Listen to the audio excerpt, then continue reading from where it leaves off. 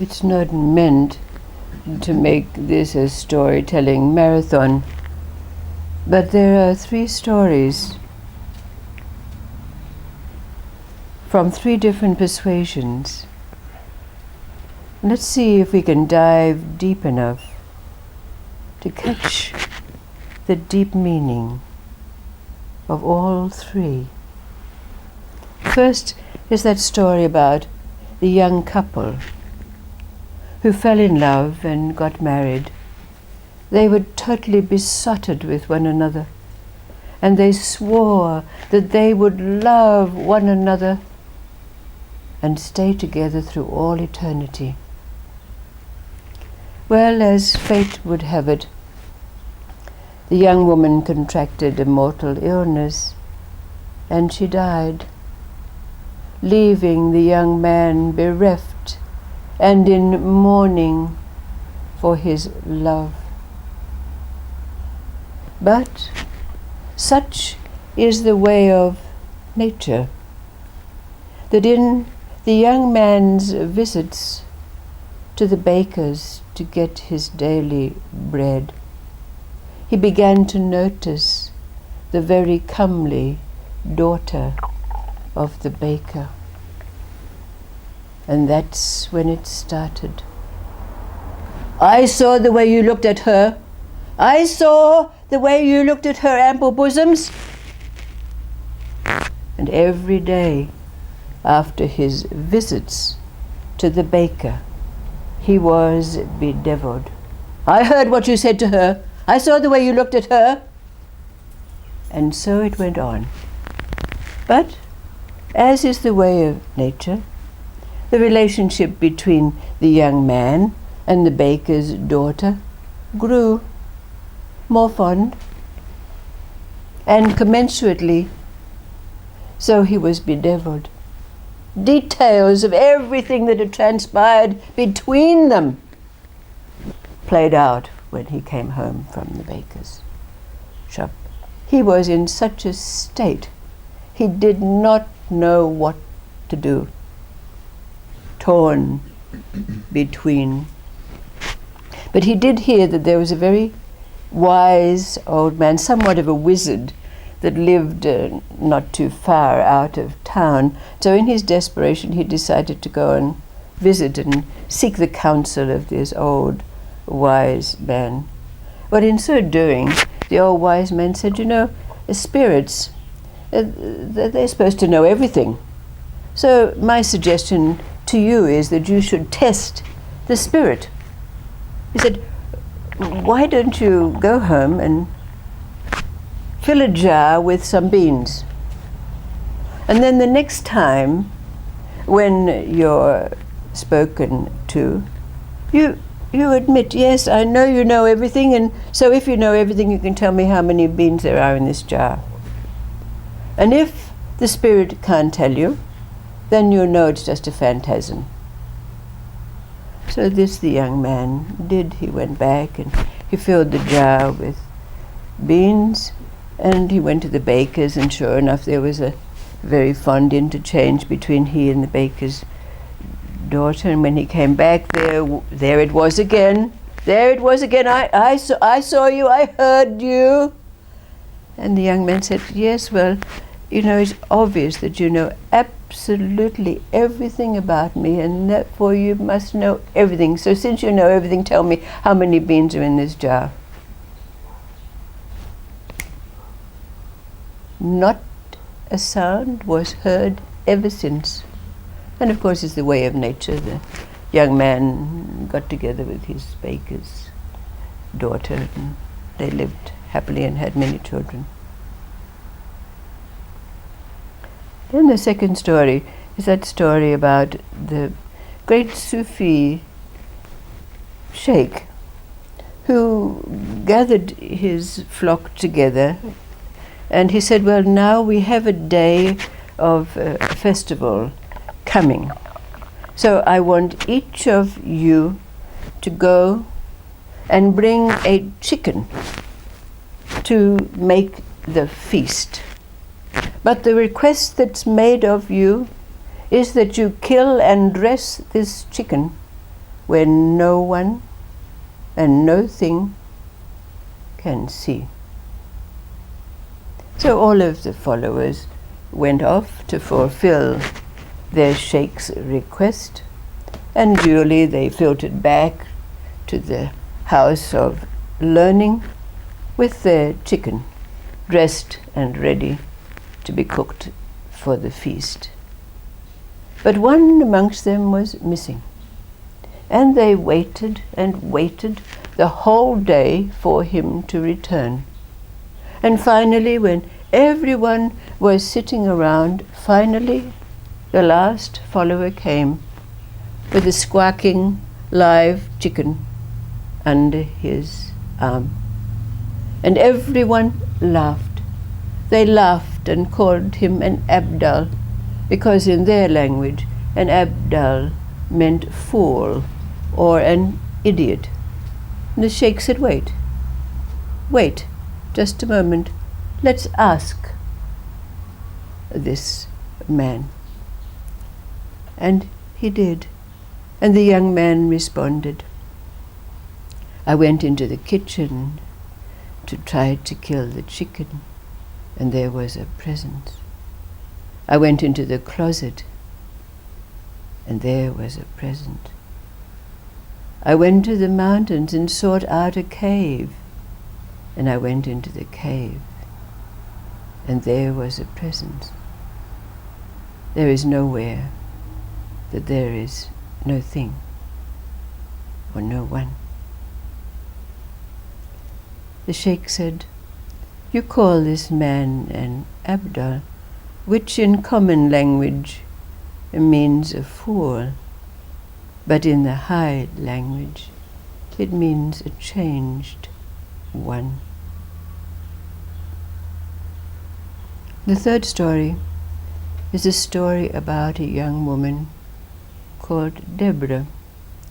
Now Debra was only 16 years old, and she was blind. Her parents had died years earlier and left her as an orphan.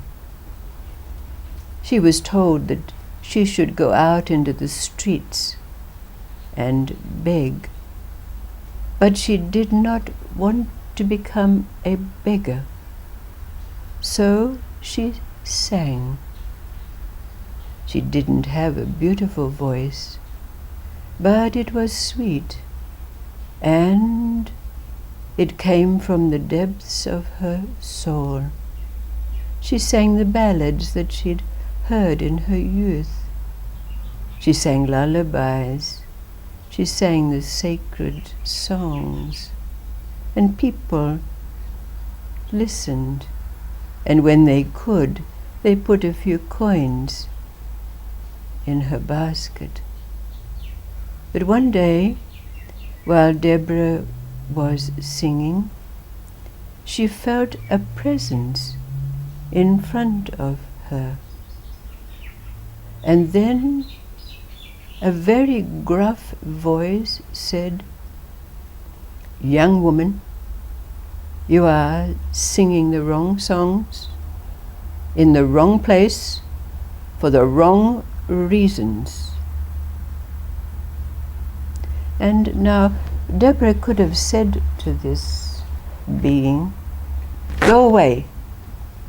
But she had a sense that this was someone special, someone mysterious. And indeed she was right. It was the prophet Elijah himself standing before her. So she said, I am doing nothing wrong. And Elijah said, if you're doing nothing wrong, you will answer my question. And she agreed. So Elijah said, why are you singing sacred songs in the marketplace? And Debra said, I am living to sing and singing to live. And if the Creator had not wished it so, He would not give me life. So Elijah was pleased with this answer, but he said, there's more to this question. Why are you singing these songs, which are usually played within the household at sacred times? And Debra said, this is my house. These are my family. I have nowhere else. And Elijah said, well, answer me also as part of this question. Why are you singing these songs for money? And Debra said, if the Creator did not wish it so, He would take my voice as well as my sight.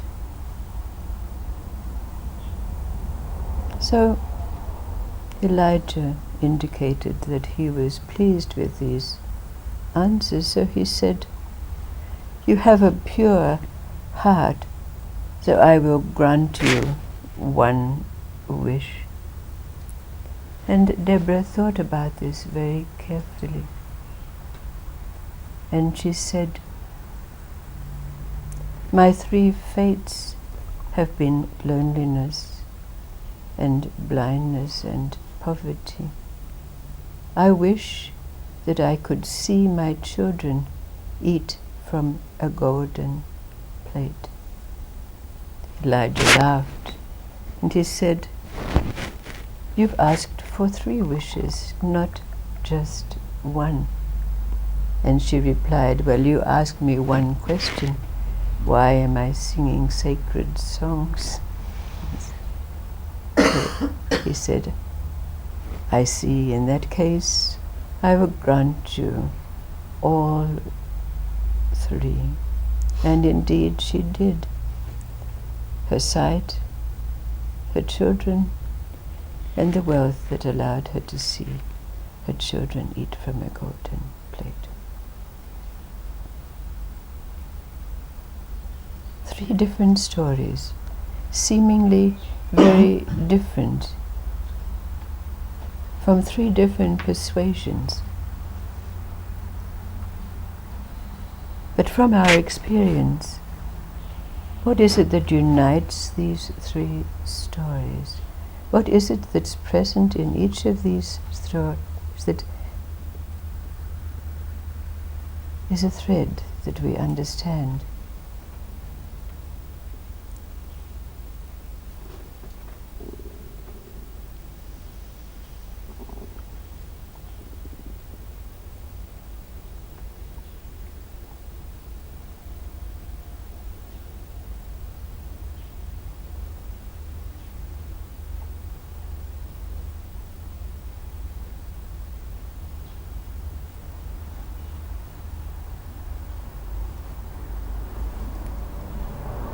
If we look deeply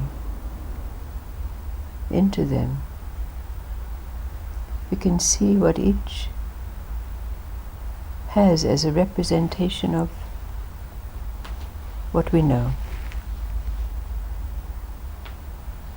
What can it be?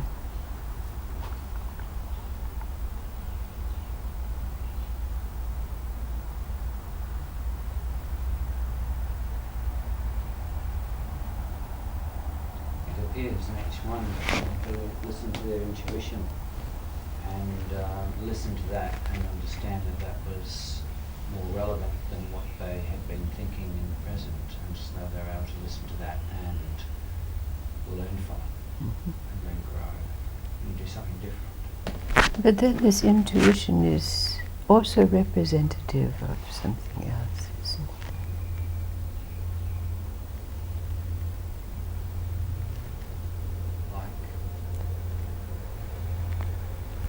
Because in the story of Debra,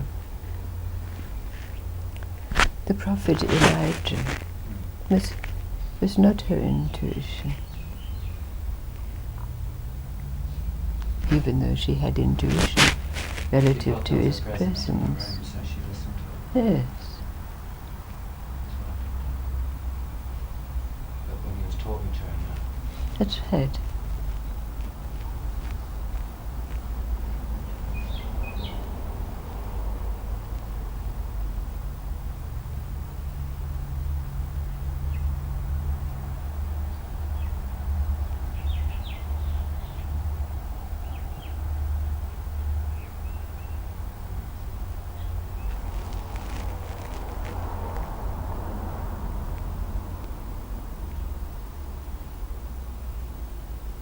Well, the last story was purity of heart.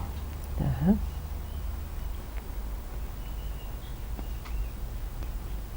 Seems to be an element in each one of those.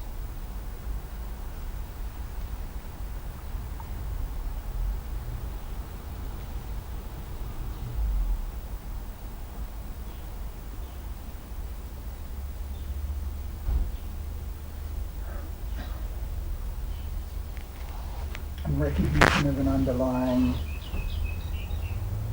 field or force or presence which generates it all, All right. and attuning to that. All right. Yes. Yes. That we can feel in our life, because we can relate to that story of the chicken. Where would we go? Just like it said, wherever you go, there you are also. But there's something more than that, isn't it? Mm-hmm.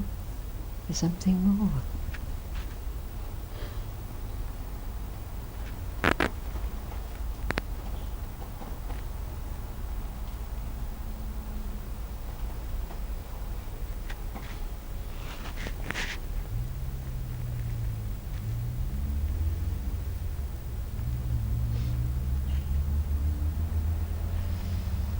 Oh, that was interesting that she actually challenged Elijah, Yes. who's theoretically the manifestation of truth. She Truth. was able to challenge. She was- That was interesting. Interesting indeed. Hmm.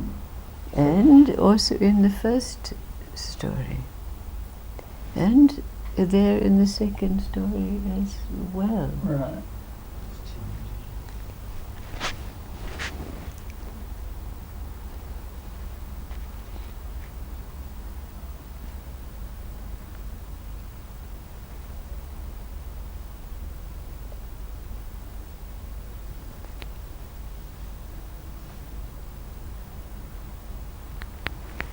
Yeah, so in each case they had to find their own truth, Yes. in spite of whatever messages were coming from the outside. Uh-huh. Mhm.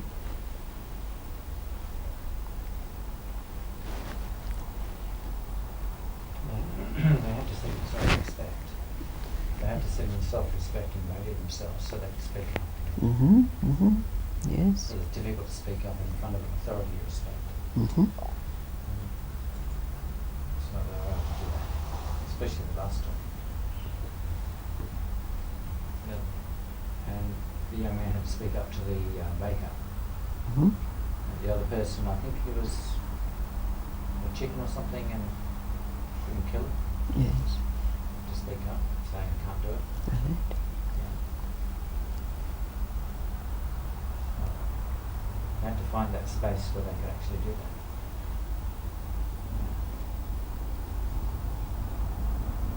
That's called being authentic, isn't it? Yes, right.